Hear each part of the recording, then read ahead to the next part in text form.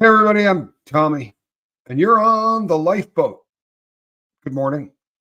So I was digging stuff out, and someone said, "Do you have anything that you made while you were in prison?" This is a hat that I made while I was in prison. Um, Audrey, thoughts and prayers with you, hon. Just listening is all good. No pressure here. No pressure here. So this was something that I that I made while I was in the joint, and technically, you're supposed to send this out to the street instantly, because you're not supposed to have anything inside that looks like it could be worn on the street, because they don't want you going over the fence and then trying to blend in, pulling on your cool hat and blending in is not really what they hope you're going to do. So the second you're done making the thing, unless it's gray or black, the second you're done making it, you then have to How'd you get that? I had to hide this. I got this through three different prison yards, which is next to impossible if you think about it. But I transported this through three different. It took a bunch of miracles. Like I had two cops that shook me down, that picked the thing up and said, "You know what, man? I'm not going to bust your balls over this." And I was like, "Oh man!" And then another guy said, "If you don't mail this out by Friday, I'm coming back and getting it." So I gave it to my friend, and Turtle kept it in his cell for about 6 months. And you do those kind of stupid things. Amanda, if we could keep Amanda in our thoughts and prayers as well. Another fibro myalgia flare up. We have a lot of people on the boat. Yet coordinates with my top. Well, thank you so much. I really appreciate that. That's very kind of you. That was crochet. Is what that was. I didn't learn the knitting thing. I learned the crochet thing. That was what we were allowed. They're kind of they kind of get a little jumpy with some of the equipment necessary. Necessary, you know what I mean? Like knitting needles are not something they're really stoked about you having in the joint. They don't really like the stuff that we use even for crochet, but at least it's plastic. And yeah, you know what? I believe this. Huge. I ended up in a course that I volunteered to go into while I was in the federal system, and part of the course was that you had to learn to crochet. It was not an option. Well, I shouldn't say that. That's a lie.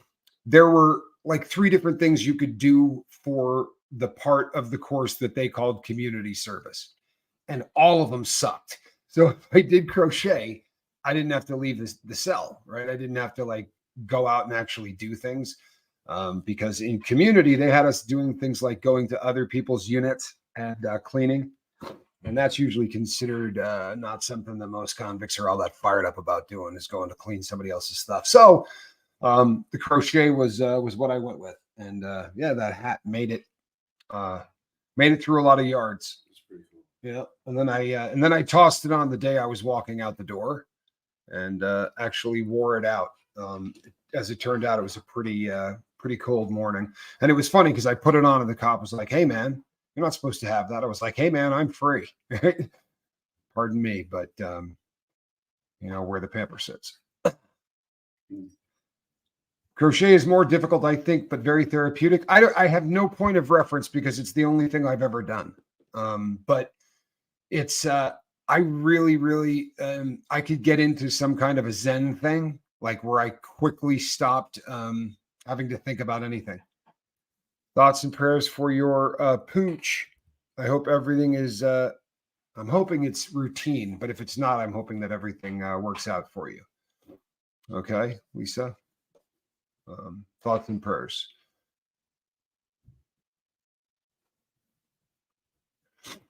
That hat just reminds me of the movie with Sylvester Stallone, Benjamin Bratt, Sandra Bullock, Wesley Snipes, Demolition Man. Poor Sylvester Stallone, when he gets thawed out, he's a pro knitter. Did you see this? I have not. I don't know this. I don't know this film.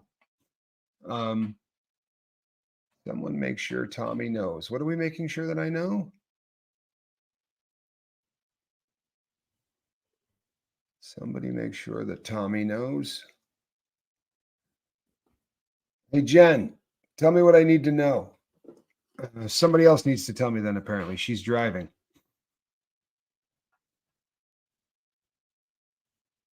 Oh, you're on your way to hang out with Steve. Oh, thank you very much. Yeah, give him all of our love, please. That would be fantastic. Demo Man is a good movie. Never saw it, and I know that that was of my time. Yeah. Wait a second, Demolition Man. Who else was in that?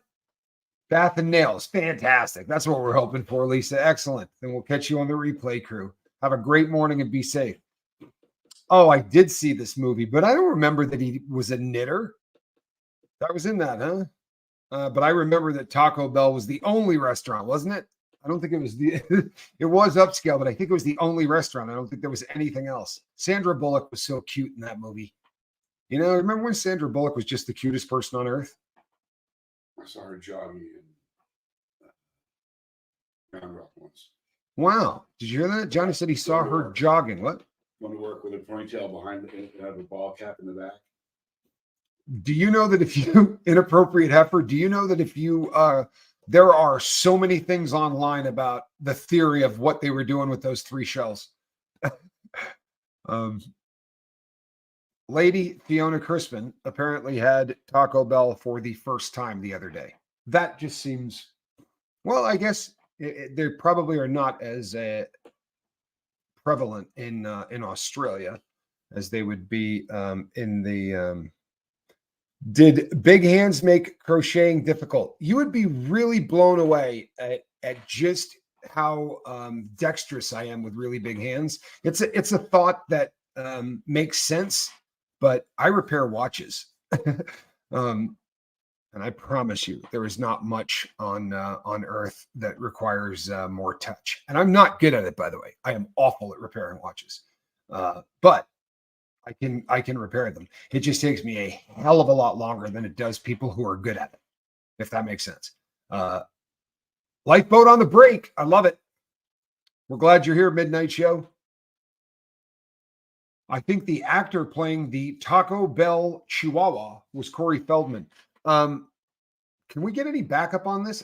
I see a resemblance. There's no mistaking that Corey Feldman looks a tremendous amount like the Taco Bell Chihuahua, but I'm going to need to see some proof on this.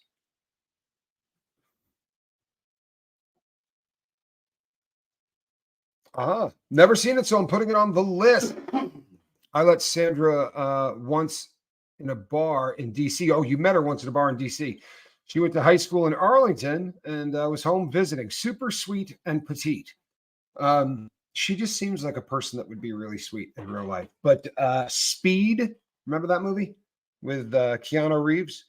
I thought she was so cute in Speed, it was almost painful. And then The Demolition Man was another one that she was super, super cute in.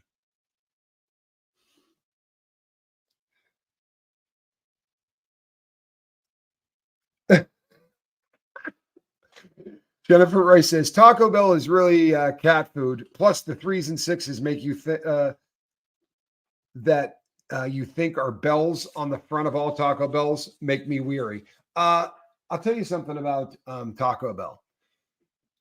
On April Fool's Day, when the internet was brand new, they released an April Fool's prank that they bought the Liberty Bell, and that they were going to be calling it the Taco Bell from this point forward. And people came unglued in a way that I have never seen. And for that, I have a massive amount of respect for them. I really do have a massive amount of respect for them for that. Now, say what you want about Taco Bell. It's the cheapest gas anywhere in the country. It's true. Johnny says, say what you will about Taco Bell, but it is the cheapest gas in America.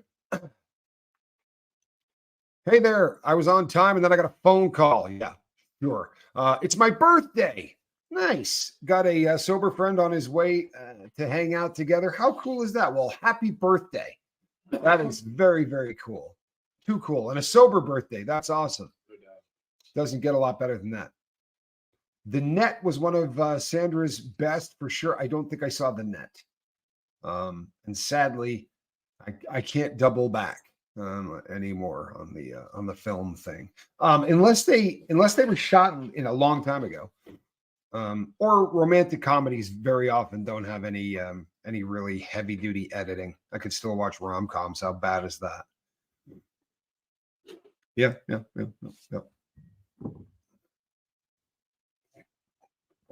Well, that's no good. Let's make you feel a part of things. Tell us what's going on, Taekwondo for Life. Lady Crispin says the net is pretty old. Well, I'm pretty old. It was before she was big on speed. Wow. Kind of makes it sound like she's a drug addict, especially since we're on the lifeboat. Right? No. Sandra Bullock's not in the Church of Scientology. No, not at all. We started talking about Sandra Bullock for a completely different reason, I assure you. She is not a Scientologist. And if she is, that is wild news to me. But as far as I know, she has no ties whatsoever to the Church of Scientology. In fact, wherever she is, somewhere in America, she just went, "Oh, what was that?" Right? Just got that awful feeling like, what in the hell just happened? Somebody somewhere thought you were a Scientologist. That would bum me out. Morning from Georgia. Good to have you here. Duffsta Rhymes. Hello, Duffsta. Glad that you caught alive. Love the handle. That's great. That's pretty funny. You want a little current event for the show this morning? Sure. Give me Gene Roddenberry's remains and DNA are lost in space. They were trying to land it on the moon, and there was a problem with the spacecraft. It's gone. It's lost in space. You got to be kidding. Gene Roddenberry's remains and DNA will be lost in space. That's so fitting. You know what? Chuckle. Wouldn't you be happier that it was lost in space? I wouldn't want to be moon bound. For real, man. Yeah. Fire me out into the great unknown. And the best part of that is it's never gonna slow down. It's Gene Roddenberry. It's Gene Roddenberry. It's the cat that brought us Star Trek. He should be bravely going where no one else will ever go. However, it does make you wonder. Do you remember the scene where they brought this seal to release back into the wild? Obama was there, a bunch of students, everything else. They released this seal. It makes one jump and bam. Or a whale or something takes it out in front of everybody. It's horrific. It's one of the worst things ever. My fear is Gene Roddenberry's remains are going to get struck by an asteroid within about 15 minutes of zipping by the moon. He's going to be space dust. If he were alive, he'd get a chuckle out of that. I should hope he would. I don't know what kind of sense of humor Gene Roddenberry had, but hopefully he had a good sense of humor. He's better than William Shatner. You know what? If you smut up William Shatner with Fiona here, you have no idea the problems he you're in. Like space at all. Apparently changed the man. I don't know if everybody's heard that story, but you know that Captain Kirk, dude that wore that shirt right there, he went into space.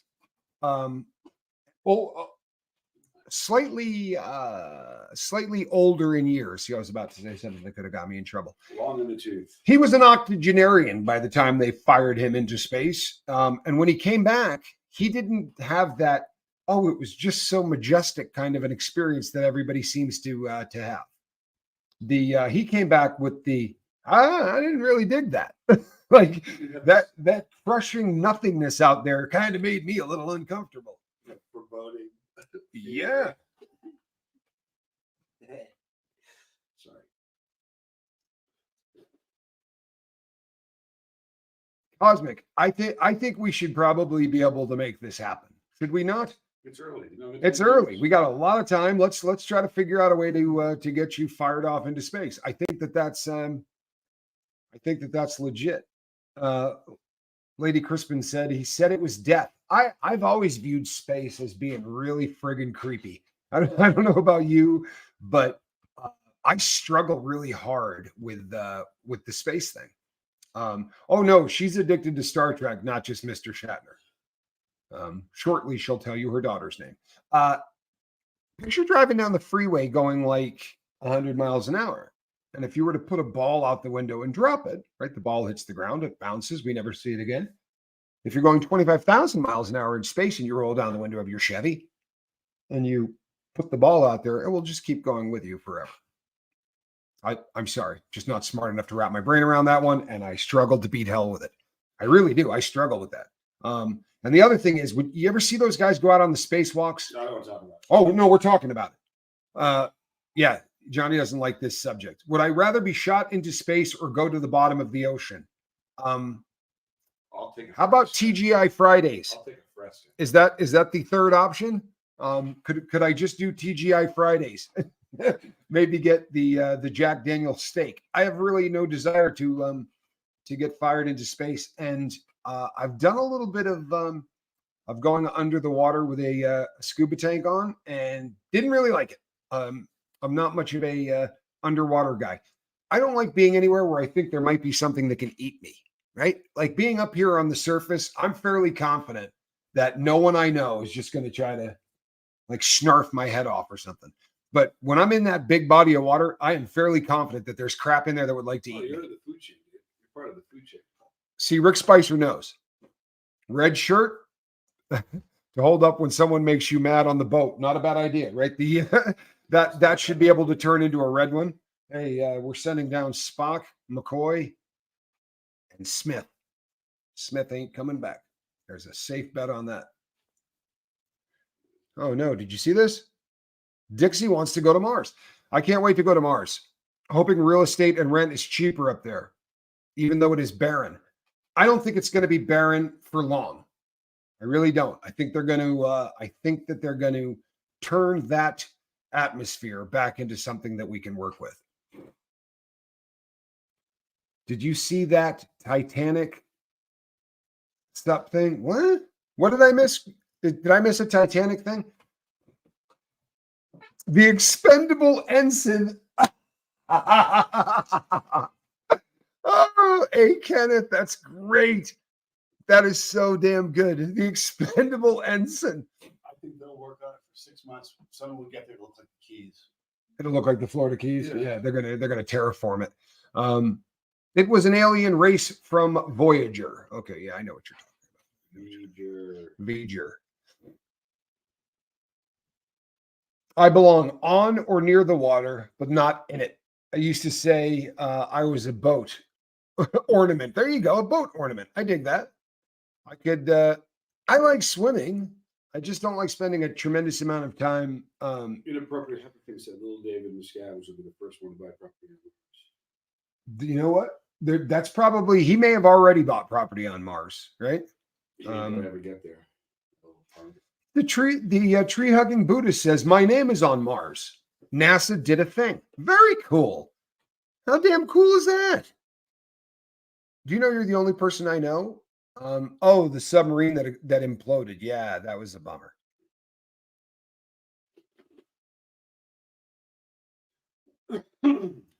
$5 years without a drink. You know what? That's worthy, huh? 5 years without a drink. Joanna, good for you. All right, so pain meds are next. I like it. I like it. And I like that you didn't try it at the same time.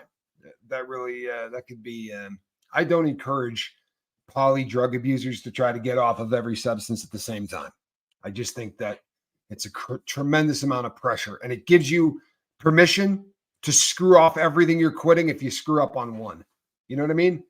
And I just haven't seen it work out very well for people. But I love that, Joanna, and I love that you can catch us on your lunch. Total Recall was a great film. I want to tell you something about Total Recall. A long time ago, a very long, long time ago, in the city of Houston, we put that film in our DVD player. Although it may have not been a DVD player, it may have been a VHS player. It was VHS. We put that into our VHS player and never took it out. That's not exactly true. There was one small moment where it was removed and another tape was put in, but that's a story for a different day. This story is that we watched it every single night for probably 6 months. A couple months. We did a lot of drugs during that time as well. But you know, the idea at the very end of that film is that they do terraform Mars, and they fire up a nuclear reactor, and in about 6 minutes, they've got a blue sky. In fact, they do it fast enough that even though Schwarzenegger pops out with no suit on, he's able to breathe before his head pops like a grape. It's a pretty disgusting scene. Roddenberry was a massive drug user. I don't know that I'm surprised by that. When were we in Houston? You know, no, I'm scared anytime someone asks that question. I always get scared when someone asks that question because I feel like maybe they saw me. I don't read those comments when I didn't see it. Yeah, I was there in the 90s is when I was there. Good morning, Diary of a Ditch Witch. Glad that you are here. Spanx Calhoun says 92. Well, we know we were there in 92. Because to be sure, if you don't have pictures, it wasn't me. That's well, and that, you know, the beautiful thing is, oh, you were only an infant there. Good. You wouldn't remember. Excellent. Good. Then I was definitely there. My first VHS was Top Gun. Used to watch it every morning while getting ready for school. That's legit. That was a great film, right? That is a great film. I enjoyed that. Now it's a little bit harder for me because he's that disgusting human being. But I do dig the film. And I've always been pretty good. Cruise. He is little Tommy Cruise. I've always been good at kind of separating the artist from the art. You know what I mean? There are a lot of musicians whose politics I just can't stand. I always remember my triple X VHS with Vin Diesel. Oh, boy. I may have signed a Vin Diesel autograph once when I was with Calhoun. I watched Splash on replay as a kid. That's pretty funny. That's a true story too. I had my kid with me in California, and we were checking out of a grocery store, and someone came up and asked me if I would autograph something. They literally thought I was Vin Diesel. Stanley Kubrick is said to have filmed the moon landing. I have heard that, Jennifer Rice. I have heard this a lot. There are a lot of people that believe this. Now, I don't know. I really don't. There's a lot. I mean, I promise you that I could sit here right now and I could argue the case that was staged. I could easily argue that, and I could probably make a pretty good argument for it. However, I don't necessarily believe that that's necessarily what happened. It's just that I've heard that point argued so many times that I promise you I could pull up the argument and just run with it. I don't know that I buy it. I understand all of the reasons that people buy it. I understand the shadows, and I understand all of the other stuff, and I understand that in the shade up there it's really cold, and in the sun it's hotter than hell. So I know all of it, but I do believe that we hit the moon. I am of the belief that we hit the moon. Speaking of, there's watched War Games. Oh man, did you see this? Goddess Divine says on record size disc. You know what? This was not around for a long time. Nicola, you're gonna get along really well with Lady Crispin. She's another of the Lost Boys lunatics. War Games repeatedly on a record size disc. That was called Laserdisc. Wasn't it simply called Laserdisc? Yeah. And it was what looked like a DVD that big. It was the size of an LP, right? Of a long play album. In fact, it looked exactly like an album, but the protective case, you would stick the whole thing into the machine. It would grab the CD and then kick the protective case back out. It was a bizarre system, and it lasted about 15 minutes. But boy, oh boy, it was a very, very cool thing to look at.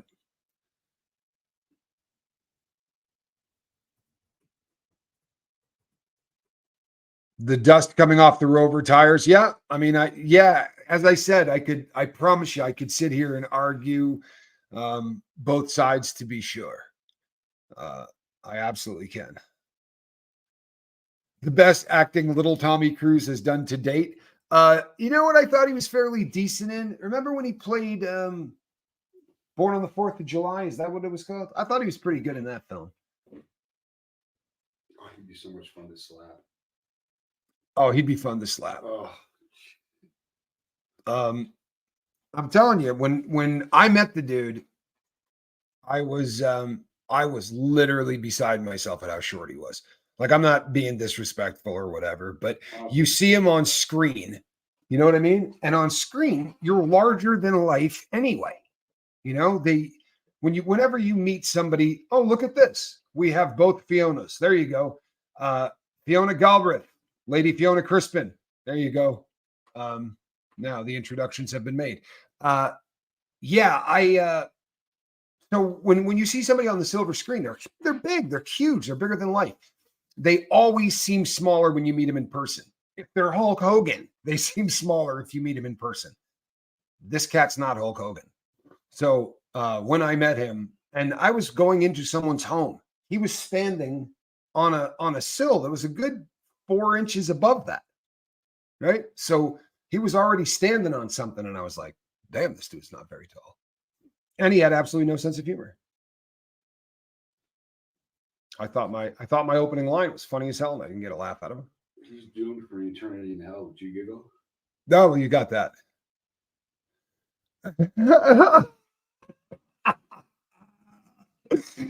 Did Tom Cruise try to hold on to your leg as you walked? That's an excellent question. Inappropriate heifer. That's a great question. We didn't spend a tremendous amount of time together. I think we got off to a bad start. He met me at the door and knew my name and said, do you know that you and I are born on the same day? And I didn't realize that, I not something I knew. I don't know how he knew either, but we were born on the same day. And he said, what are the odds? And I said, 1 in 365. Right? And I thought that was funny as hell. Like, I was laughing at my own joke. However, he didn't seem to find much humor in it. And he disappeared shortly thereafter. He wasn't there very long. But there were some other people that really that hung out for a while. Kat, are you you also share a birthday with Tom Cruise? Well, I'll be damned. If I ever meet him again, I'm going to go up and hug him. And as I'm hugging him and holding him close, I'm just going to say, I'm an SP in his ear and watch him freak out. I think that would be a lot of fun. Right? Just lean in there and go, I'm an SP, right? All of the bad stuff that happens on this planet, I'm bringing that. That's right. And if you think that that's a joke, people, you need to go and protest in front of one of their buildings. Because I'm telling you, man, the people inside look out at you like every bad thing that happens on planet Earth, you're causing. They're terrified. Like they bolt the doors and stuff. Val Kilmer has your birth date. Oh, Cosmic Christie. I would like to trade. Perhaps you would like Tom Cruise, and Kat and I will swap Tom Cruise, right? And a player to be named later. We'll give you somebody else famous.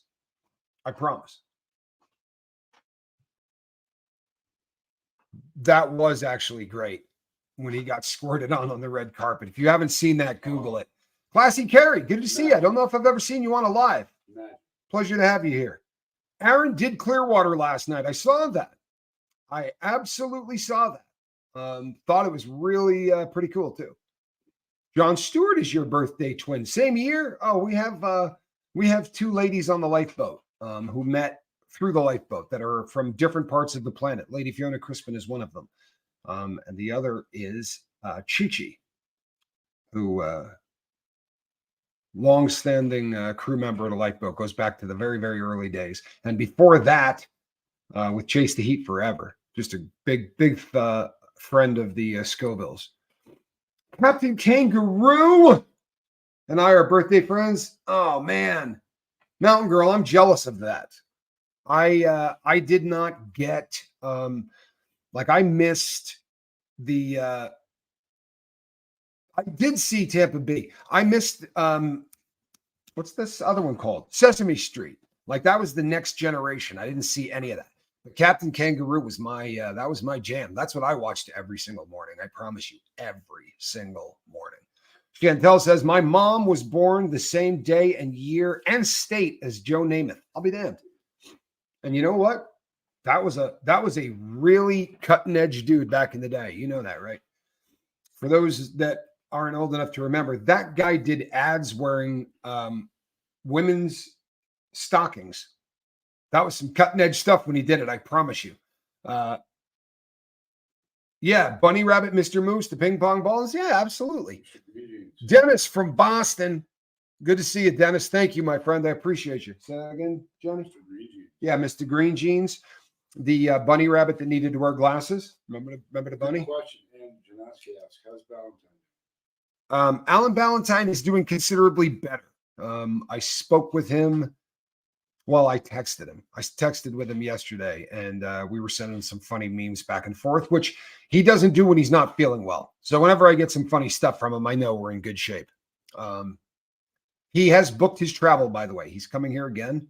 The travel is booked. I'm pretty fired up about that, man, honestly. Mike Rowe shares my birthday. I love Mike Rowe. So there you go. If you guys know Mike Rowe, you can tell him. Tommy Scoville loves Mike Rowe. I mean that too. There are very few people that that are like YouTube or online personalities that just blow me away. He's one of them. I love Mike Rowe. I think he is so damn cool. Just very cool. Captain Kangaroo and Romper Room. You know, very often people, when I bring up Captain Kangaroo, people say, oh, and Romper Room. I don't know how I missed Romper Room because everybody always says them together. He's 2 years older than you. Is that what it is? 2 years older than me. Sister Scoville knows. Sister Scoville would probably know for sure, yeah. Jimi Hendrix and I share a birthday. Oh, Body Illusion. That's just cool. That's just cool. And I get stuck with little Tom Cruise. That's all right. You know what? From now on, I'm saying I share a birthday with Kat.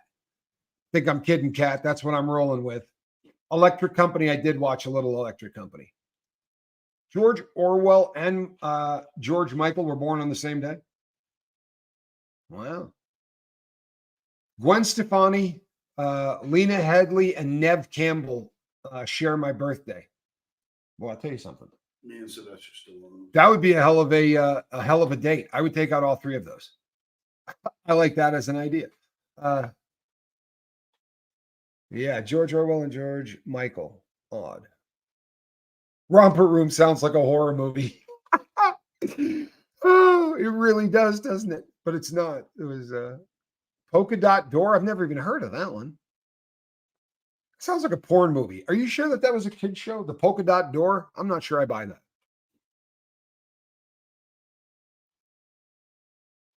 Talk Like a Pirate Day? I didn't know there was a Talk Like a Pirate Day. Jen says, Mike Rowe is my dream man. I can completely understand why you would say that. He's articulate, right? He's a hardworking dude. He's got a great sense of humor, and he seems quite compassionate. I like Mike Rowe a lot.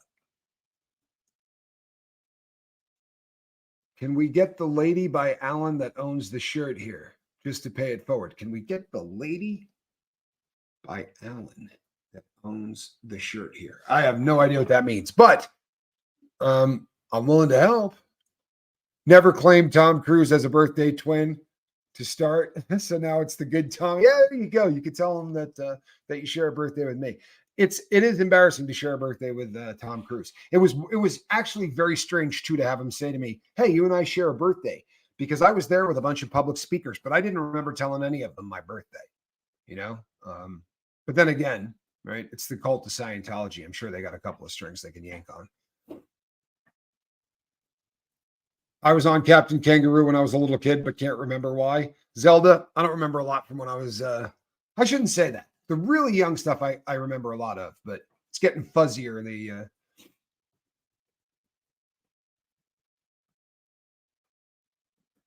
There is a way, Susie G. Put in the email is sober, SOBER at myyahoo.com in the comment section. Right? I mean, in the subject, please put down very young kids involved, pain pill addiction, right? So that it doesn't, we don't think it's, boy, do I love the lifeboat, right? We want to, anybody that's sending an email and you're in trouble, please make sure that that's put in there. Okay. Uh-oh. The two Fionas are talking. It's all over now. Of course I meant you, Lady Crispin. I'm insulted that you had to ask that. Oh, you have John Wayne's birthday?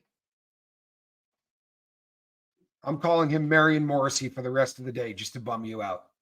I'm sorry, but I'm doing that.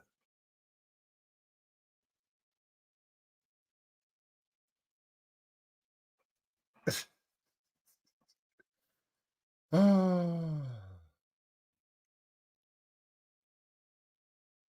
You know what, Snot? I'm so damn proud of you.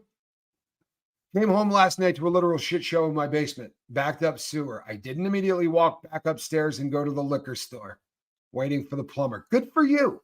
I mean that. And if I know that a bunch of people that are listening to us know what a big deal that is. I promise you, man. I remember getting through like a toothache, I think was the first thing that I popped out of the backside and said, I just got through a toothache, right? Without doing any dope. But it's huge when there's something that is so stressful or so painful or so traumatic, and you pop out on the backside and you do it without the use of your normal crutch. Man, that's a good thing, man. Man, oh man, is that a good thing? That's awesome. I'm really, really happy for you.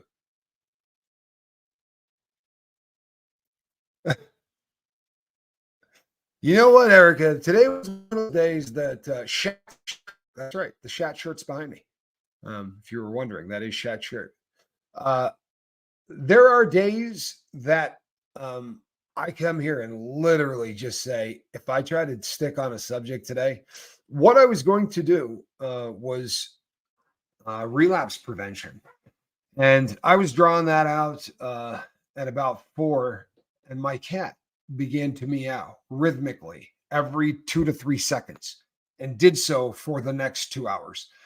Am I exaggerating? This cat did not stop meowing as loud as she could for hours. If I was not playing with the cat, she was making noise. So I just played with the cat. And as we started getting closer to this, I said, I'm not talking about anything today. I'm going to get in the comment section and see what the crew has to say. Who's a hottie? Calhounas? You just can't pop out with she's a hottie. You gave me nothing to go on. Naughty squirrel. She really is naughty. Oh, you, of course. Squirrel is such a diva. Yeah, Fiona, I'm surprised that you needed to ask, truthfully. Johnny's awesome. Yeah, go either way on that. It's a day of the week kind of thing. What does the poster on my door say? It says, I knew who I was this morning. It's that quote from Alice. It looks exactly like a page out of the book. It actually looks out like a page out of the one book that Tennille, the illustrator, Tennille, had one book where they colorized his stuff. It was never done again, not with permission. There are a ton of color Alice in Wonderland books. They don't have Tennille's charcoal stuff in it. But the charcoal stuff, that's different. I share a birthday with Barry Manilow. Nothing wrong with Barry Manilow. I love Barry Manilow. I'm a fan. Howdy Doody. You know what? That was way before my time. But Howdy Doody was probably one of the most. It's called you old. No, I did not. Oh, they did. Oh, well, I am. Yeah. I'll take that. Muhammad Ali and you share a birthday, Marie. I was friends with him. He was a unique character. My brother and I both met Ali and got to hang out with him. Actually, got to hang out with him a few times. So you'd say that you're a fan-alo. I would. You had a first edition of Alice, and you let an ex borrow it. If you had any idea how What's the bad I reason want to you need to block you borrow for that. the I mean, honestly, that's one of the most painful things I've ever read in my entire life. It should have been behind glass. I do have one, but I don't lend it out. What percentage of addicts for harder stuff end up moving their addiction over to firms of marijuana, especially since so much more available and accepted now? A lot of people are switching from one addiction to the other and using cannabis as the drug that they switch. That said, I don't have a problem with that. I know a lot of people do. I don't want to promote it, right? Because there are people here that are trying to quit cannabis. There are people for whom cannabis is their problem. So I don't come on here and try to promote the use of drugs. Period. That said, I'm not busting the chops of anybody that says I'm not going to do heroin anymore. I smoke a joint, twice a day. I think that's a pretty good trade. I know I'm in the minority, man. I know that in the rehab community, I'm considered a dirtbag and all of that because of how we talk about things here. I don't care, man. I don't really want to be a part of the rehab community anyway, if you really want to know the truth. Bob Ross was awesome. I spent every single day of my freshman year in college having a Bob Ross party. Every single day we had one. He would come on at 3:00 and we would sit down and do bong hits and watch it. That's what we would do. But we had an awful lot of fun with Bob Ross. And I had a friend that used to write to him, and Bob Ross would mail him paintings. I bet the guy got 6 of them. If I had a world of my own, everything would be nonsense. Nothing would be what it is because everything would be what it isn't. And contrary-wise, what it is, it wouldn't be. And what it wouldn't be, it would. Yeah, love it. Great, great, great, great, great. Great stuff. Great stuff. Honestly, I found NA to be very cult-like, says Miss Sunrise Dawn. I did too. I did too in a lot of ways. I give them all kinds of credit. They've saved a lot more lives than I'm ever gonna. Right? Their method has saved a whole lot. Yeah, but it's not for me. But it's for a lot of people, and I certainly don't badmouth it. It's just not mine. So there's a Bob Ross channel. I had no idea. This is fascinating. And let me say this. I have been, I want to talk about this, but I've been working on this one for a minute. The number of rehab facilities that are just not treating people well and basically scamming insurance is upsetting. Is there some place to look for what places are ethical versus not? This is a very interesting question. Right now, and I've been researching this, there is an entire scam. And there are people who facilitate these scams, right? Where they move human beings from one rehab to another. If you could get somebody that is on an insurance program, and you could say over the course of a year and a half to 2 years, move them through 6 rehabs. Do you have any idea what that person's worth? Think about it, right? Let's say the rehabs are charging $1,000 a day. Right?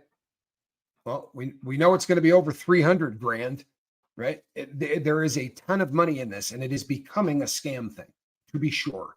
I would go into the place. I would walk into the place and I would say, I'd like to hear, what your philosophy on addiction is. If they don't mention a malfunctioning reward center, I would leave for real, because that is the sort of the newer science on this versus the older science. And if I would shop the crap out of it. I really would. I would shop the crap out of it because it's frightening how badly some of these places are. And for the love of God, make sure it has nothing to do with the cult of Scientology. Sorry. Oh, Susie Q, what a bummer. I didn't know that. Oh, that sucks. A lot of places turned a blind eye on using as well. I have heard stories. I have no experience of this, but I have heard stories about this. And I have heard people say that they were paying cash to the people that ran the, not the owners, but to like the orderlies and stuff. They're paying these people off to allow them to get high, which is just the most effed up thing in the entire world, right? That person should be killed. But it is, Lenny, the whole system is broken, right? The whole system is wildly broken. One of the things under the best of circumstances, the numbers suck, right? Under the best of circumstances, the numbers suck. Rehab is not a game where you're gonna win 90% of the time. It's a game where you're gonna lose 80% of the time. And the other thing is this: no one is ever gonna know your numbers. You can fudge them all you want. Like we can come out and say the Lifeboat's got a 93% success rate. Really, we'd like to see that. Oh, I can't do that, right? That would violate all kinds of HIPAA and other stuff. You mean you want me to turn over the names of people who have drug problems that are working with me? I can't do that. I'm shocked you would ask. And while we're on the subject, our success rate just went up 2% while you've been wasting my time. Now we have a 96% success rate. I mean, they can say whatever they want. It's just a very difficult thing to prove, So, and it's a very difficult thing to disprove. I mean, turn on the television and you're going to see ads for places that say, I used to be a drug addict, but I got cured. Right? Now I can go out and do whatever I want, get high again, whatever. Right? I mean, think about it. If you're in the throes of addiction, right? And you've got a heroin problem or you got a cocaine problem and you got cash.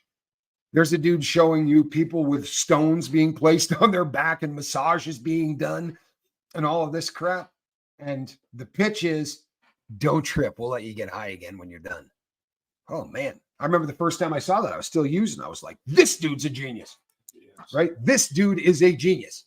Here's a guy that says, don't even worry about it. You don't have to quit. I thought, wow, I'm not going to say the name of the place because I don't feel like getting sued. And I guarantee you they're the kind of places that would sue you.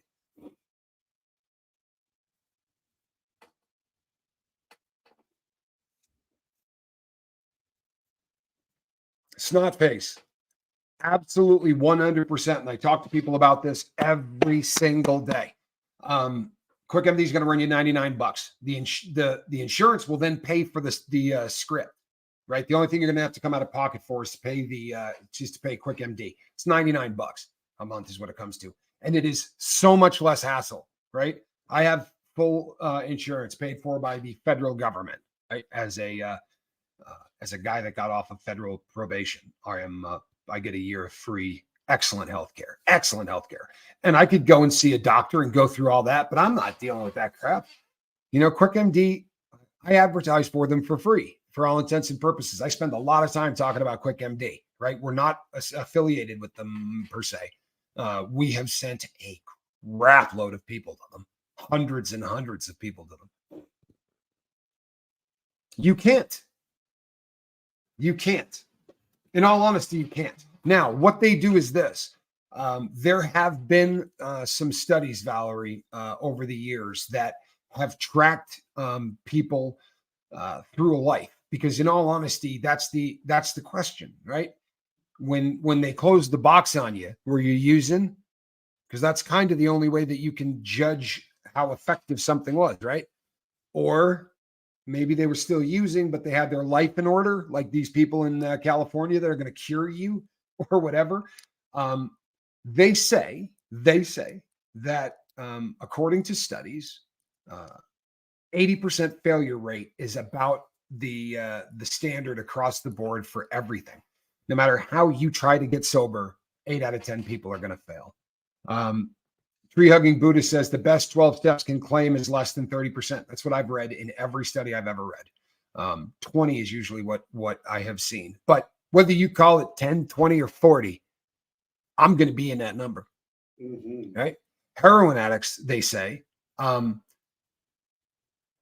addicts, they say, 99 out of 100 women who get addicted to heroin on a needle will die still using it, and 98 out of 100 men, right?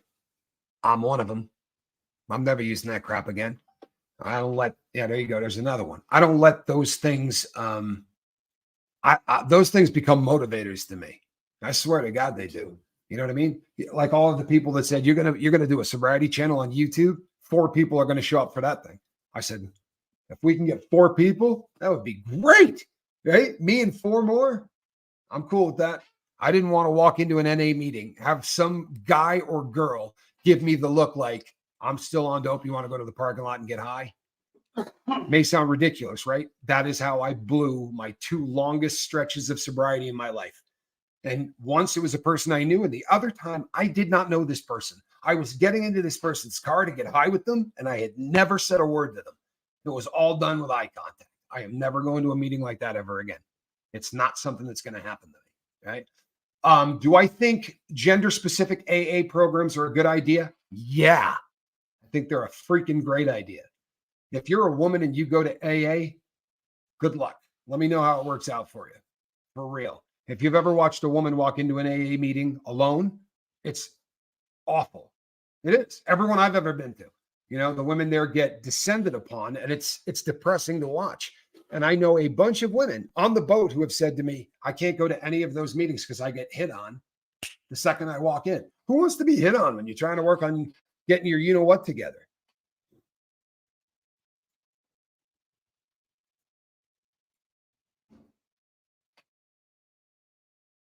Beans Brown, I'm so glad that it worked for you, man. I am so glad that it worked for you. He says, I'm anti-religion, and after 30 years of drug and alcohol and many relapses, and AA has worked for me 4 years later, but I was also ready to be done. And when you're ready to be done, right? When the student is ready, then the teacher appears. And Beans, I'd be willing to bet that if you had walked into any other place, you'd have had the same result. And that's one of the things that I think is kind of the takeaway. If you're ready to get sober, AA is going to do the trick for you. If you're ready to get sober, so's the lifeboat. If you're ready to get sober, you can probably just do it with 1 or 2 friends that are there to support you. I don't believe you can do it alone. I don't. I think you can go chemical free alone, but there's no chance in hell you're going to get sober. You're not. It requires help. It requires human beings. It requires connection. It will not happen without it. Feel free to argue with me on that one. Go out and try it. Let me know how it works out. You know what? No, it's not discouraging. I promise you it's not. Because here's the deal. We have a slightly different plan here, right? I'm not saying I'm the smartest person on the planet. I promise you I'm not. But what I'm saying is I had about a decade to read a bunch of stuff from people a lot smarter than I am. And this became, for me, the most important subject in the world. Nothing was more important to me than this. Because if this one goes, everything else goes. This is the pin that keeps everything together. There's 310 of you here this morning, right? I promise you I would be doing everything within my power to steal from every single one of you if I could. That's what would happen if I relapsed. I would be trying to figure out how to get cash out of every single one of you. Beans Brown says, like you said, Tommy, what does success even mean? 2 years sober, 10 years sober, or only forever? Maybe forever isn't the only success. You know what? Look, I've never been anti-drug, right? I've never been anti-drug. I don't fit into any of the molds for any of the rehab community. Here's my thing. If you using a substance or your habit, right, is causing your life to suck, well, then welcome to the lifeboat. Let's see what we can do to help you get off of that crap. And I don't much care what form that takes. So we got a guy that, was drinking himself to death. Now he smokes weed, right? What kind of ass am I if I call the dude and say, all right, let's get you off this weed? You know what? Smoke that for as long as you need to. You're not killing yourself. I don't care that you're smoking it. I'm not your dad. If the weed works for you, great. Like I said, I don't want to advertise for drugs on this channel. That's where I draw the line. People that come in and say, you know, I was able to get off drinking because here's my regimen of how much dope I'm doing each day. No, we're not doing that, right? There's somebody else in here trying to quit that substance. You wouldn't want me having a cocaine addict come in and say, you know, I got off coke, drinking 6 beers for breakfast, right? 5 shots of booze at lunch. You'd be like, oh man, I don't want to hear that. So we just respect everybody, but I don't care how you get sober. I really don't. And success, you're right. How do you put a quantify on that, right? How do you quantify what success is? For me, when I wake up in the morning and I don't need, there you go. For me, that was what the definition of success was, because for 30 years when my eyes opened, I needed, right? Before I could do a damn thing, I had to take care of that need. And that need would make me go up in your house, right? Steal what you own if I didn't have any other way of getting it. I'd be, and if you had me over to your house and we were the best of friends, right? When I go to your bathroom, I'm rifling through your medicine chest, hoping that you got some pain meds or some dope in there. I did that to every single house I walked into for 30 years. Lovely, right? But it was just part of, it's just part of that lifestyle, sadly, yeah. Land Mermaid, glad you're here. Harm reduction is something that, and you want to know here, I came and started this channel, and go back and watch my early stuff. I was an abstinence cat. Now, I said I'm not anti-drug, but if you were smoking weed, I didn't think you were sober. I sure as hell didn't think you were sober. And if you were switching from one drug to the other, I would say, I'm not your dad, but I'll tell you that in my head, I thought, if you're trading one drug for another, that's stupid. The harm reduction model to me seemed really, really dumb. It seemed like giving in. But we've never had anybody die on the planet, safe injection site. 350 people are going to die today in the United States from overdosing on dope. There are apps now in some cities that before you shoot dope, you hit a button. And if you don't hit that button again in 5 minutes, they're going to dispatch 911 to your location. It's a nice concept. It really is. It's not going to save lives the way they think it's going to, right? A lot of people ain't going to hit that button. I don't know if you've ever shot dope strong enough to lay you down, but you're not going, oh, wow, I'm really high. Let me hit this thing. It doesn't work like that. The plunger goes down and your eyes close. If you got friends there, then that app isn't such a big deal anyway. But a lot of people shoot dope alone. A lot of people shoot dope alone. In this day and age, that's really, really scary stuff. I agree with you 100%. What we refer to that around here as peeling the onion. For me, it took about 5 years of being off chemicals before I could start to deal with anything that happened. Before I could start to try to figure out what the answer to why do I have to stick needles in my arm, right? I had to be off chemicals for a long time before my brain was, I don't know, coherent enough, on board enough, whatever, to even allow me to work on that. But I think that's huge. I really do. I think it's absolutely huge. The reason that people use more often than not is going to be found in your childhood. Doesn't necessarily mean, that there had to be something horrific. Sometimes it can be the smallest crap in the entire world. It can be the smallest things that get done that have really profound effects. So if you're journaling and you're thinking to yourself, look, nobody ever assaulted me as a kid. Nobody ever, I wasn't abused. None of those things happened. There obviously isn't anything in my past. I thought that for a really long time. And then one day, peeling the onion, I hit the moment where I went, holy shit. This is why I do dope. And boy, oh boy, it is a really epic moment when you find out why you do what you do. It certainly makes it easier to say, I'm never doing that crap again. For me, it became really, really a simple process to go, I know what my problem is. I know what my problem is. If I know what my problem is, I should be able to fix it. Yeah. And it's kind of worked that way for me. Bruce Osmond, have a good day. I don't know if I've told you this. Probably I have, but we grew up with a lot of Osmonds. Did we not? How many Osmonds do you think we grew up with? I mean, at least, what? 8 or 9. Yeah, I was going to say, it had to be close to 10 of them. I was in denial for years that mother was a narcissist, but once I came to terms with it, it became a lot easier to work on my issues. How about that? That is one of those things that as we start to, oh boy, this stuff's moving quick. As we start to come to grips with what makes us who and what we are. This is why I say sobriety isn't the end of the game, right? That's not what we're doing here. We don't give you a certificate that says you're sober, have a great life, right? That's base camp.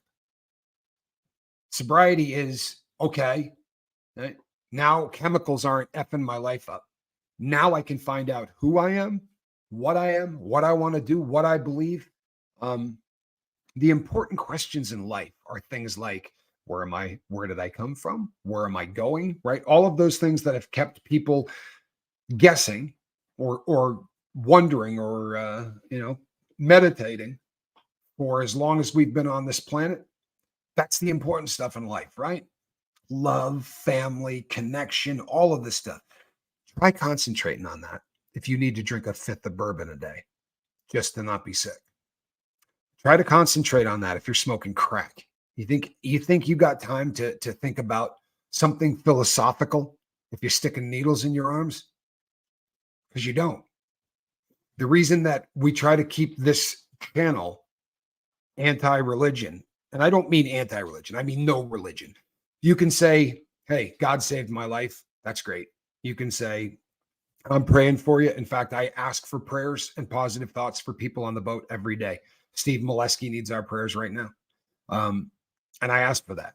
But we don't say, my God's better than your God. You're stupid for believing. You're stupid for not believing any of those things. Because I want to create an environment that's never going to run somebody off.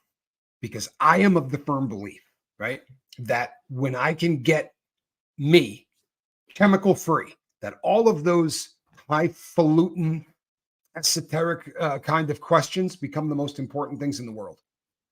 They become the things that you concentrate on. They become the things that, and you know what? It'll change your life. I promise it will. You may not have any idea who you're going to be when this is over. I sure as crap had no clue. I had no clue. People, if you told me that this is what I was going to be doing, didn't see this coming.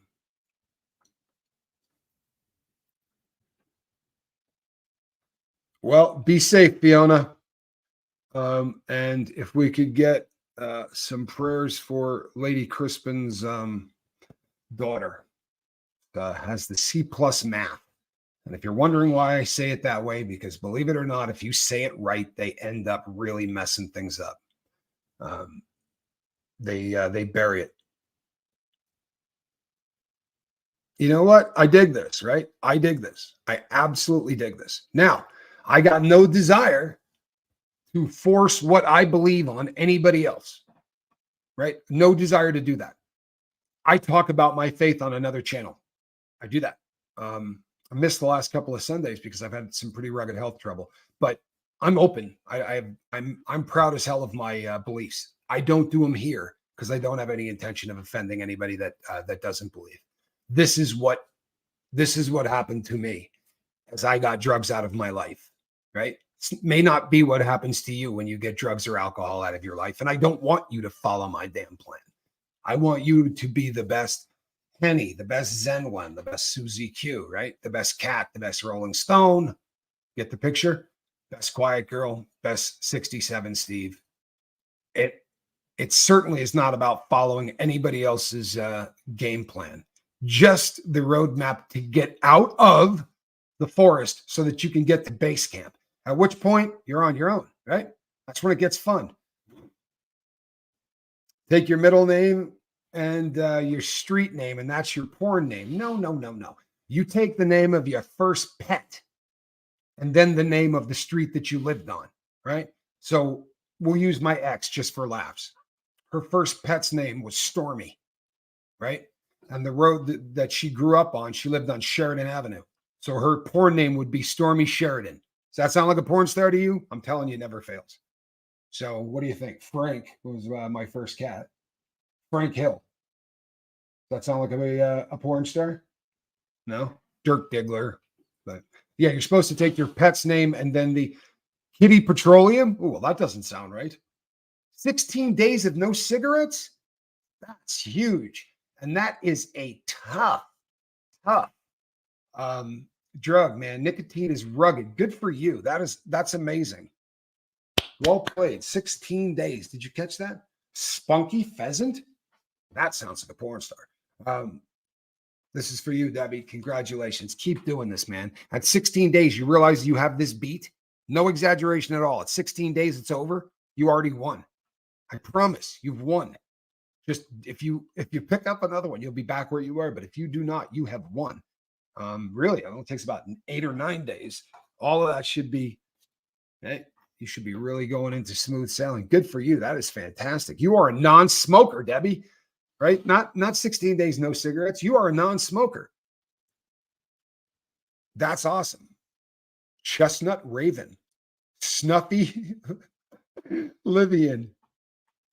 I lived in Norway. I can't imagine what my porn name would be. That's funny.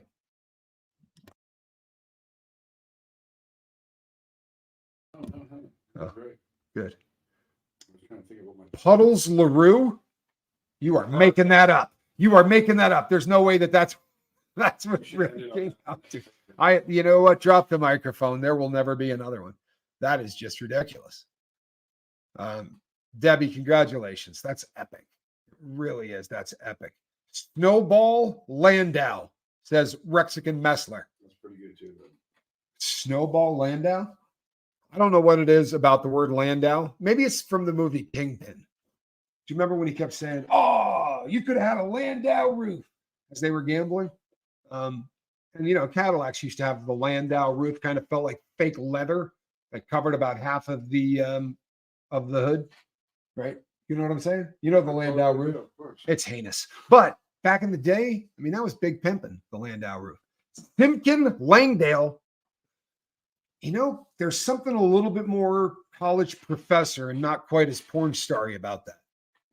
John Ridgway. Yeah, that sounds like a porn star. Oh my goodness. Rafiki Rutherford. Chalky Hartwith.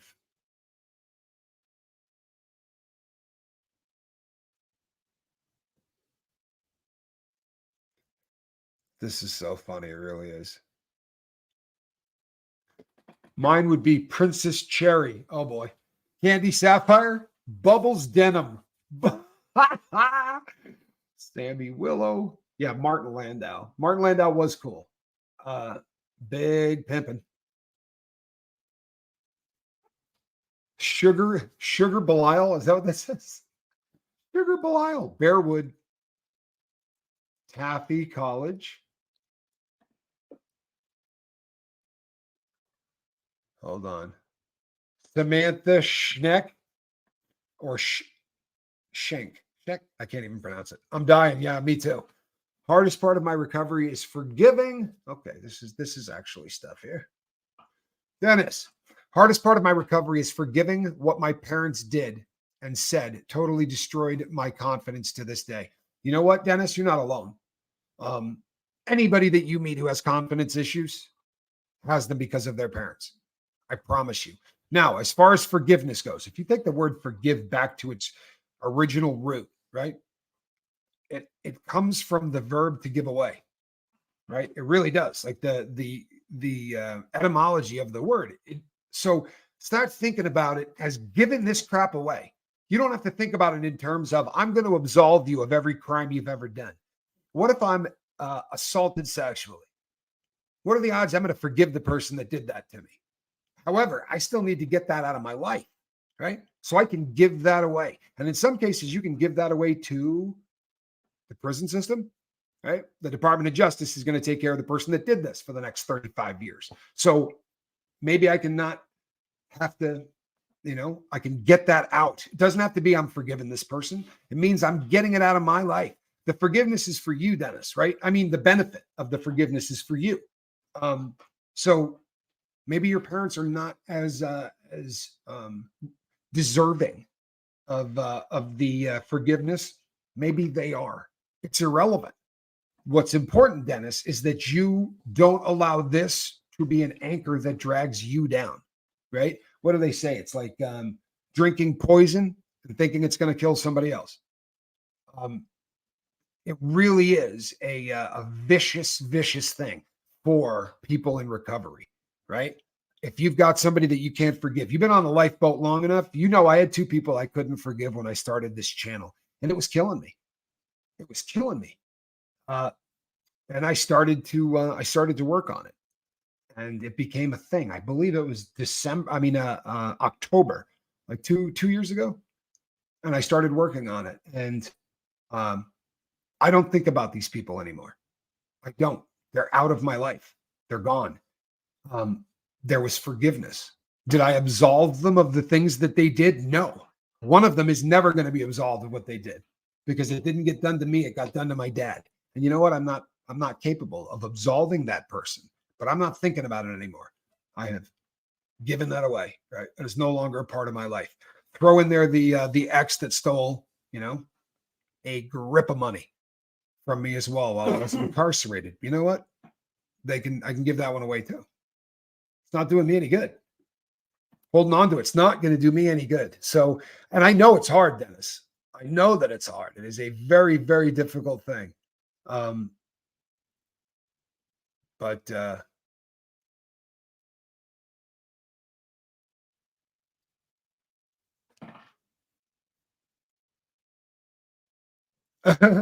this is actually pretty funny. Everybody, please make sure these have nothing to do with your security questions when you lose your passwords. Yeah, you might want to think about that. Right. Tomorrow, we're going to ask you what your mom's maiden name is. We got work to do. When you forgive someone, you set a person free, and you find out that person is you. I love that. I'm too selfish to hold a grudge. This is the question, isn't it? I mean, literally, this is the question. At least for me and for my life, this is probably the question. It says, Tommy, you've had an interesting life, and it seems like it's so fulfilling now. If you could go back and do things differently, would you? Yeah. Yeah, there are some things that I would change, to be sure. But probably not the big ones. No, I mean the really huge ones. No, I wouldn't change it. I needed to go through what I went through. It sucked. It really did. The first 46 years of my life sucked, and they hurt a lot of people. My voyage of self-discovery trashed a lot of lives. Right? That's real. Have I forgiven myself for it? I have not absolved myself of all crimes, but I have certainly given away the guilt from it. One of the ways I do that is I don't hold anything in, right? I don't hold anything in. I talk about it. I come here and I talk about it. I admit to a lot of stuff other people wouldn't want to admit to, right? This is how I am able to maintain. It's not for everybody, I assure you, but there isn't anything that's for everybody. There's not a one size fits all. There's not a safety net. If it doesn't work, try this one, because this will work on everybody.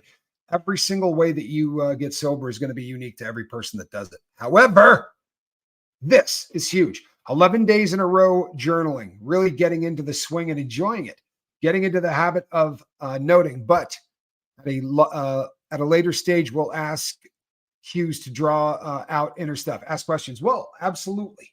Right. And that is, we're going to make that a whole lot easier here shortly. As I said, it has been sent to the printer, right? We are in the process of the Lifeboat's first journal getting printed.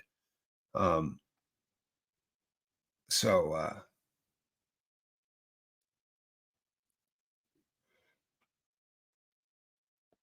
I hold absolutely no grudges against others to a ridiculous degree. The only person I can't forgive is me. Well, you know what? Why don't we give you some permission to do that today? Honestly, why is it you can't forgive yourself? Let's start with the obvious, okay? Not blowing any sunshine your way. I can go the other direction just as easily. And if I ever say something that bums you out, it is what it is. But you are a very, very intelligent person. Right? I've read your correspondence. You're incredibly intelligent. So why can't we take that brain and put it toward forgiving yourself? Nobody in their right mind. God, man, tattoo that somewhere. Write that on your wall. It's an expression that we don't think about when we say it. No one in their right mind. Well, if you're not in your right mind, how do you beat the crap out of yourself for the rest of your life?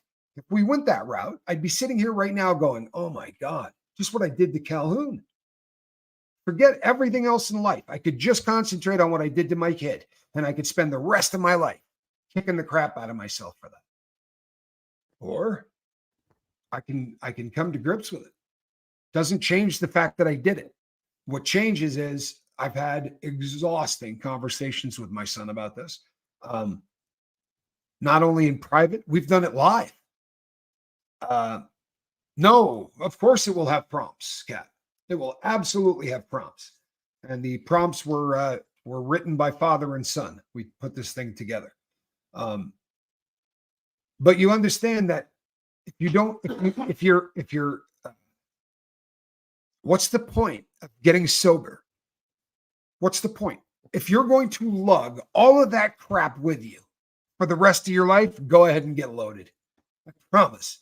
I mean, you're going to put up with all the crap, have a little bit of the fun. If you're going to carry that around for the rest of your time on planet Earth, catch a buzz. Because for that 6 to 8 hours that you're high, you won't feel guilt. Sounds ridiculous, doesn't it? Sounds stupid as crap to hear it that way, doesn't it? You've got to forgive yourself. If you don't, you're going to get high. I promise. That's option one. Option two is you're a dry drunk, right? You live the rest of your life miserable, beating the crap out of yourself. Both of those are not allowed on the lifeboat. It's just not. What you're going to do is you're going to forgive yourself. And the way that you do it, Kristen and everyone else, right? When I journaled about the things that I had done, right? When I journaled about the things that I had done, it wasn't just peeling the onion. It was taking the stuff that was here, that was killing me, and putting it down onto a piece of paper. It all of a sudden became something that was tangible. It wasn't this thing in my brain that was crawling all over saying, you're a scumbag, right? You're not a good person. You're never going to make it in life. You're wasting your time even trying. You know, how could you have done the things that you've done? How could you have done the things that you've done? Well, because I wasn't at the helm, right? I wasn't at the helm. You know that fat lunatic that is running North Korea? Yeah. Would you hate everybody in North Korea for the decisions that jackass makes? No. But you can hate yourself for the decisions that you made when booze was the dictator of your body, or heroin was the dictator of your body. Because I promise you that when you are in full-blown addiction, the decisions are being made by booze. The decisions are being made by blow. You're not making any decisions. I promise. Right? No one in their right mind makes the decisions that you make. Right? You don't go into a bank and rob it. Stupid, right? You certainly wouldn't do it more than once.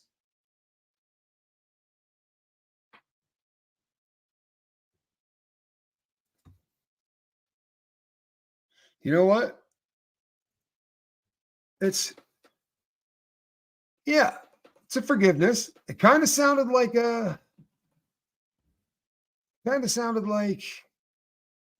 almost a hedge of bet kind of a forgiveness, but we'll take it. I forgive myself for teaching myself to survive the best I could with what was given to me.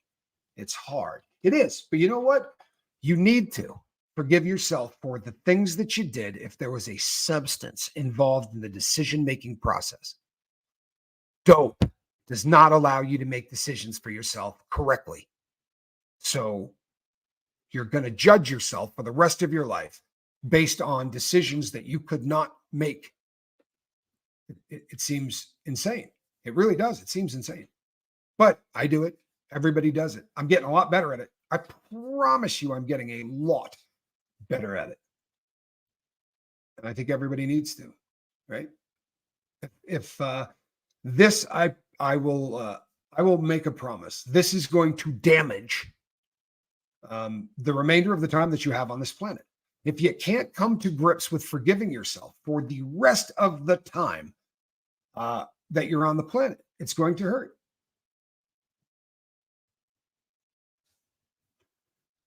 Susie Q, you're doing an amazing amount right. And we all run from our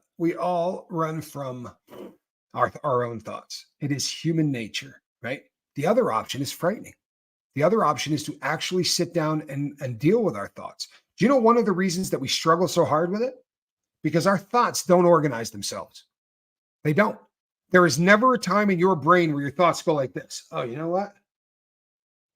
Let's put the Cedar and the Calhoun stuff fourth down on this ant list, right? Because there's some other stuff that we got to get taken care of today. So let's start trying to organize how all of this works. Get a journal, a pen, and start writing, and you will find that that's exactly what happens. That all of a sudden, you're going to start to organize the thoughts in your brain, and you are going to get a chance to live a life that is worth living. Inappropriate Heifer says, okay, I'm setting the phone down now and letting Tommy's ASMR voice put me to sleep. Okay, Inappropriate Heifer. I do this all the time. Lisa Trimble is back. I hope your pooch is happy, clipped, polished, buffed. No, they just run wild in our brains unless we organize them. Unless we take the time to start doing this. And I'll tell you something. It is a process. It's not going to happen to you instantly. You're going to have to do this. And if you, hey, Coltsby Colton, if you do this for 6 months, it's a lot different than if you do it for 6 days. You will begin to see results in 6 days, I promise. But in 6 months, you will reboot your entire operating system. It will never be the same. And I get questions all the time where people say, what was the most important thing? What's the most important thing you learned? Journaling. What is the, your ace in the hole? The answer to everything is journaling. The only other answer is Q, right? And then every answer after Q is your chat disappeared. Sorry to hear that, Jen. Try again. The big red button has been very, very odd. Check and see if you're still subscribed to. A lot of really odd things have been happening.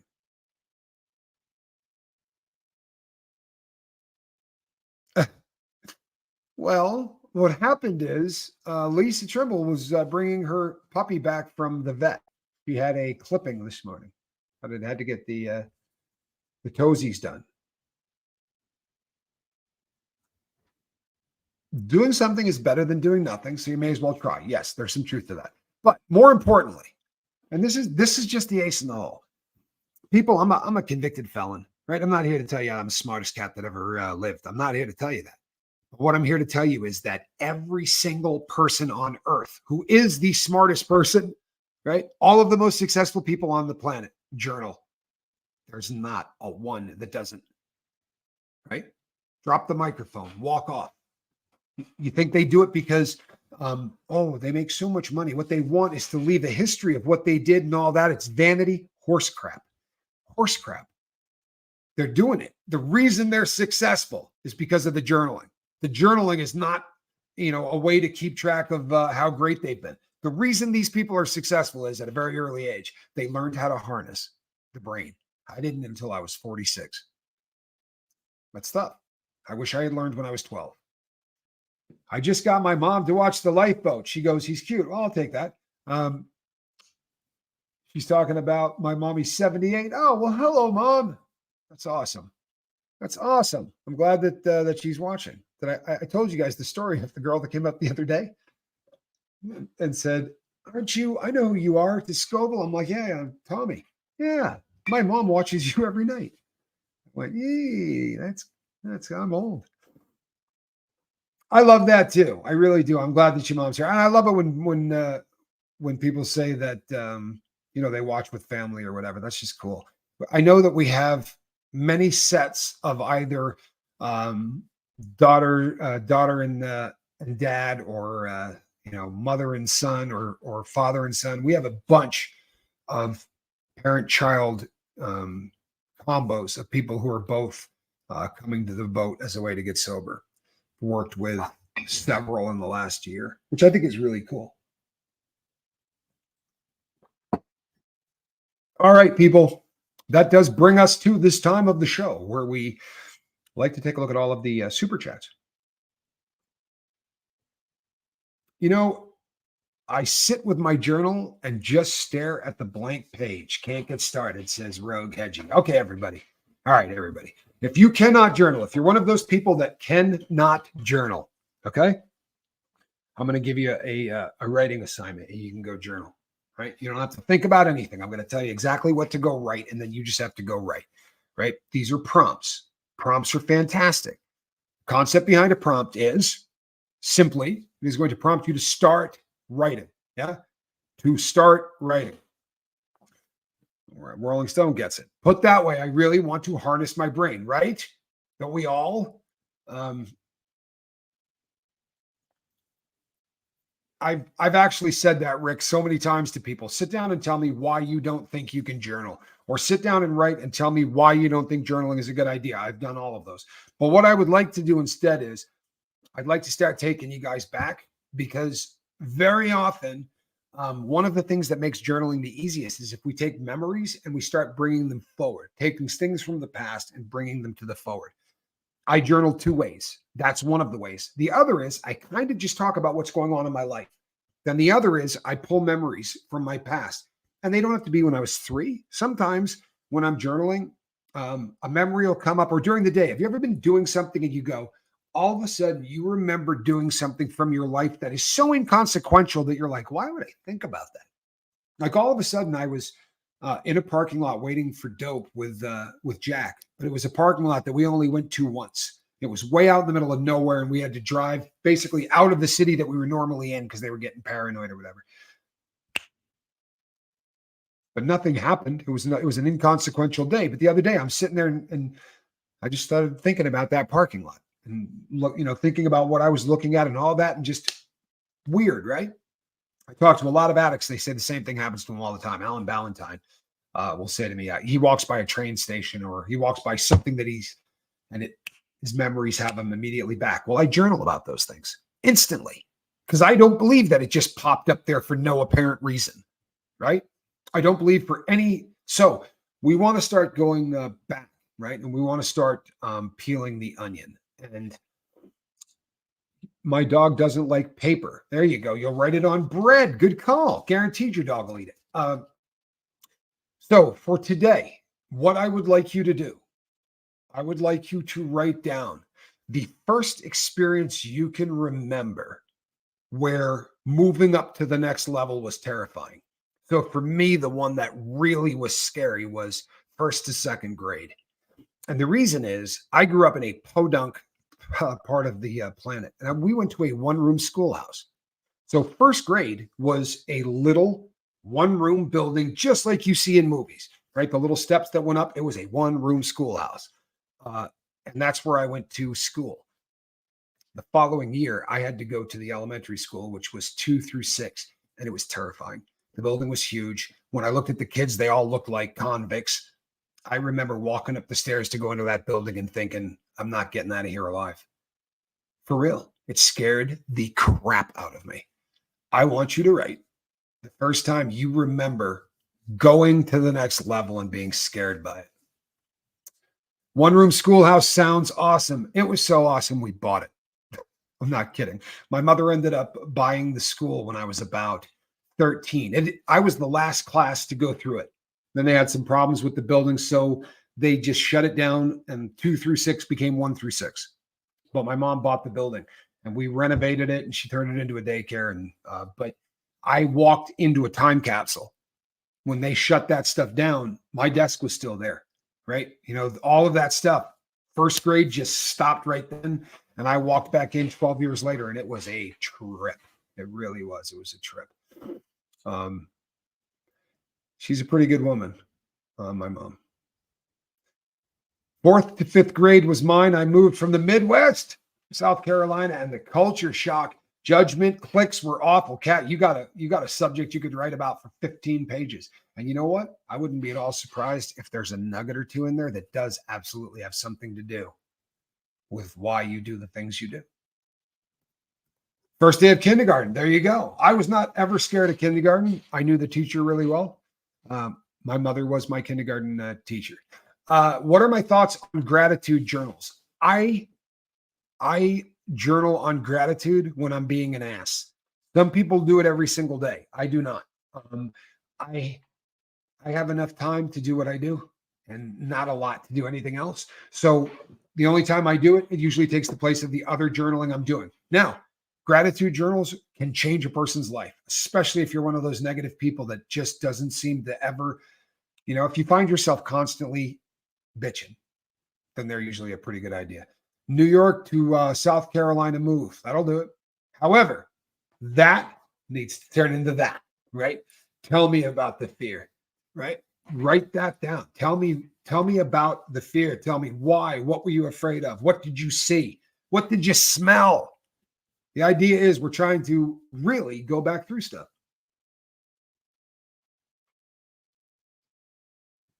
Wow. Suzanne, your siblings were awful. That is the worst. That is absolutely the worst. Did you see that, Calhoun?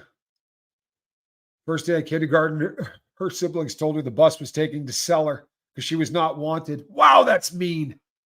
That is mean. They had to be boys, right? They had to be brothers. Hey, Kat.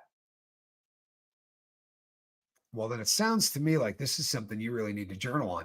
1000%. South Carolina got me into smoking and promiscuity and poor life choices to try and fit in and numb the emotional pain. Well, we're not going to have to dig too deep to figure this one out, are we? Right? Now, if what helped you down that road is this obvious, if it's something that comes to you that quickly, then you need to spend a ton of time breaking down that part of your life. For real. Every memory you can think of. And there are ones that you're not thinking of that are messing up your life. I promise. Here's what happens. And this is a long show. I apologize. But here's what happens, right? I've talked about this many times on the show. The idea should be, sorry, Calhoun, get that off. I just tapped it. The idea is this, right? Everything should be moving by. Right? Everything that's going by in our life is just smoking by. And we are watching this stream. Sometimes what's going by, we grab a hold of. Instead of dealing with it and letting it go back down that sort of river of nothingness, we grab onto it and we hold on to it and we bring it in and it starts to hurt, right? It starts to mess you up. I'll give you a great example. When I was married to my first wife, we had a little white, I've told this story before. We had a little white Ford Tempo. And we had just got it. It was brand new. I'm driving in my other car, which is a little green MG. And I see the white car going by and had a paper plate on it. And there was a woman that looked remarkably like my wife in the car, except she was kissing a dude that wasn't me. As they drove by, and I went, "What the hell was that?" Right? Kind of drove by. Now I'm going to tell you something. It was not my wife. There's no chance on God's green earth it was my wife. It was an impossibility that it even could have been my wife. However, instead of saying to her, "You know what I saw today? crazy. I didn't. Don't say a word about it, right? Just put it away. She wasn't cheating. She wasn't even in that car. What difference does it make, right? The difference is this was enough to jar me. And I didn't do anything about it. Instead, I put it inside me and I put it away. And there was this much of my gray matter that held open the possibility that maybe I was getting cheated on. I know damn well I wasn't getting cheated on. But the ants, there's just that little thing. And all I would have had to do was say, baby, you want to hear something crazy?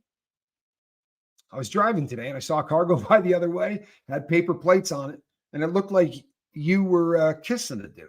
You were in the passenger seat, which would have been odd anyway, right? It didn't make sense. But I didn't do that. Instead, I just left it up here where it went to work on me.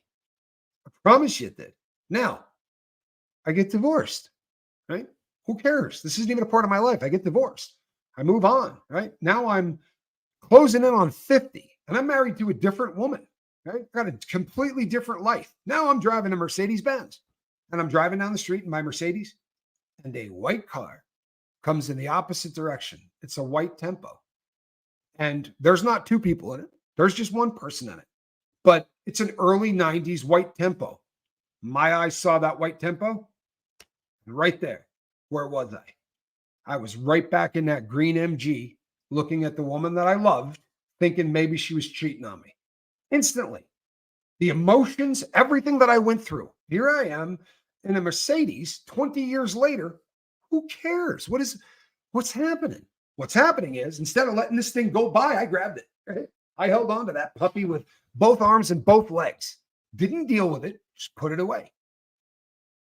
Journaling finds these things, right? Journaling finds things that you go, I got nothing. I promise you, I found journaling. I found this insignificant little thing that screwed up my life every time I saw a white Ford Tempo, right? Come to grips with it, man. Deal with it. Then move on. But I promise you, we really are supposed to be not a VCR, but more of a streaming service. We want the stream to just keep going. And if something bums you out, grab it. Deal with it. Take it apart. Put it back together. Whatever you got to do. And then let it keep going. Right? You get rid of it by coping with it. So you reach out to that person that was in the front seat of that car. By the way, I did this. Literally. I had the conversation. And I said to my ex, I want you to know, I know this wasn't you. I know it wasn't. But God, I wish I had said this all those years ago. Because it's been messing me up for 25 years. Right? Just stupid. And that's just one example. But do you know how many of those you've got? I promise. How many of those have you got inside you right now? How many things did you go, oh, she pissed me off so bad. I'm not going to deal with it because I don't have time to deal with it. But later on, I'm going to deal with it. And then later on doesn't come. It just goes back here, right? The closet, the never-ending closet that we just shove crap into until that door busts off the hinges like the cartoon. The walls are like busting out and then everything just comes out. And we end up in a hospital, right? For real. You cannot initiate change without discomfort. That's a great line. It's the truth. It is a choice to be free, Darcy. However, in order to be free, you're going to have to put up with some stuff, and you're actually going to have to put some effort into it. There will be discomfort. I promise you there will. There will be discomfort. You nominate Creepy 5 for Crew Member of the Year? Well, I have no problem with nominating people for Crew Member of the Year. I think that's a pretty cool concept. I like that. I'm unloading my bag of pain. Feels good. I would imagine it does, Molly. It's going to feel a lot better when that bag of pain is empty. Then you know what we do? We fill it with cool stuff. I promise. That's the payoff. Fill it with cool stuff.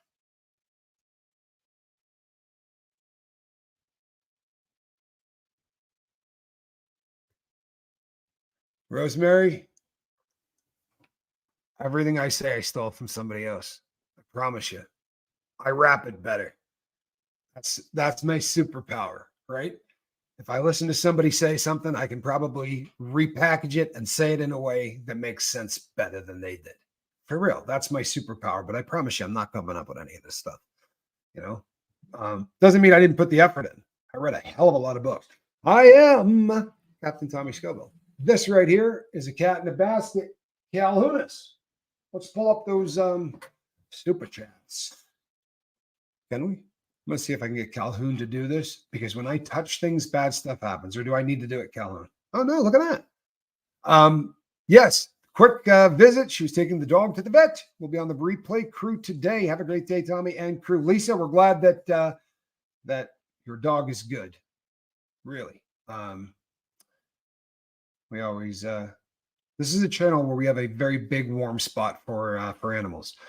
Bath and nails, she said. That's right. We were clipping and washing and buffing. So now she's looking fantastic. Jan Elson, want to go to space? Call Elon Musk. There you go.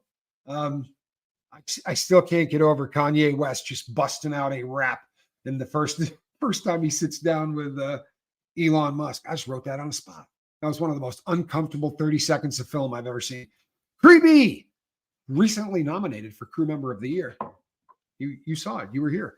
Thank you so much, Creepy5. Jen Nelson gifted 5 Lifeboat memberships. Thank you so much. New crew. V, are we praying for V? Hope you're all right, V. It's my sister. Lady Fiona Crispin says she is named after the alien race, Ilaria. That would be her lovely daughter. Beautiful girl. Dennis from Boston. Thank you so much, Dennis. And I am glad that you're here, man. I really am. I'm happy that you found the boat, my brother. Tommy, can I get your email? I think we did this one. sober@myyahoo.com. And thank you so much for the super chat, Susie G. Appreciate you. That's right. All 3 of those. No, you were the 3rd. See, now I understand what you were saying. No, you were the 3rd. I was replacing one. I wanted Nev Campbell as part of this. It was you, Nev Campbell. Who was the other one? It was a great setup. It really was. All right, Calhoun. Moving on. Zen Wen, 12 months. My goodness. It's really been that long. Zen Wen, thank you so much for the support and for being here. If I could go back and do it all over again, would I still eat the stroming, is what you say.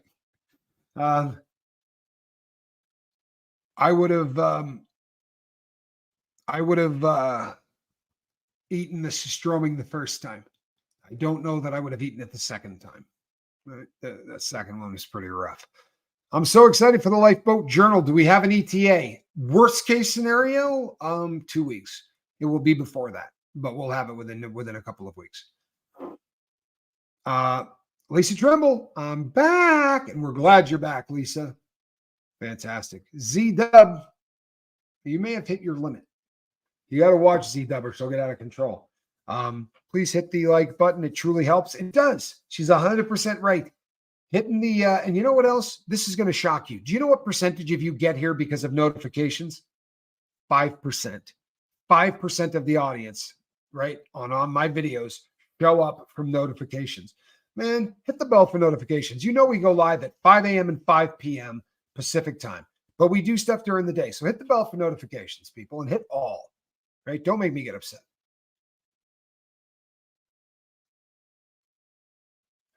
Dr. Wayne Dyer. I've watched Dr. Dyer before. I used to really enjoy his stuff. I don't know that I should be put in the same category, but that is a beautiful thing. Calhoun, was that the last of them, Calhounis?